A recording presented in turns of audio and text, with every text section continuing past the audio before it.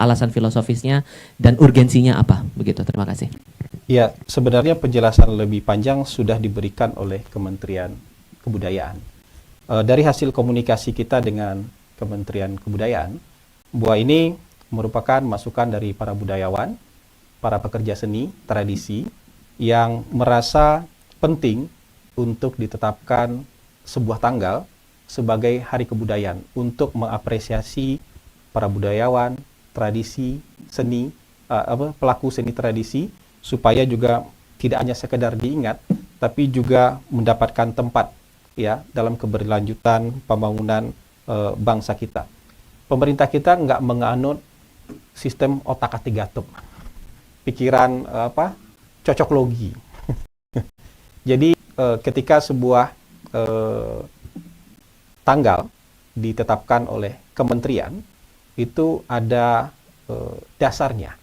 Apakah itu dasar hukum, apakah itu dasar peristiwa, atau dasar sejarah.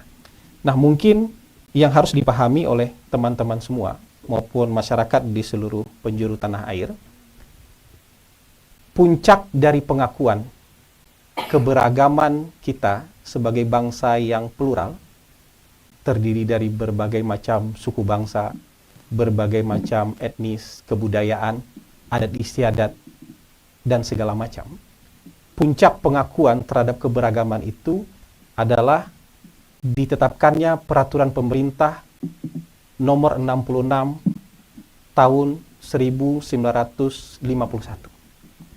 Pada saat itu, negara mengakui keberagaman dengan memasukkan semboyan Bhinneka Tunggal Ika sebagai bagian dari lambang negara.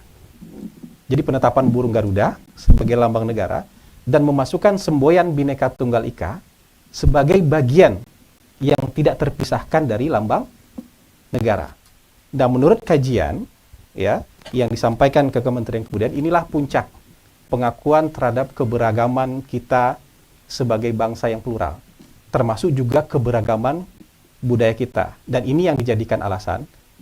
Sebenarnya tidak hanya satu tanggal ini, ada 6 atau 7 tanggal yang dijadikan alternatif sebagai hari kebudayaan.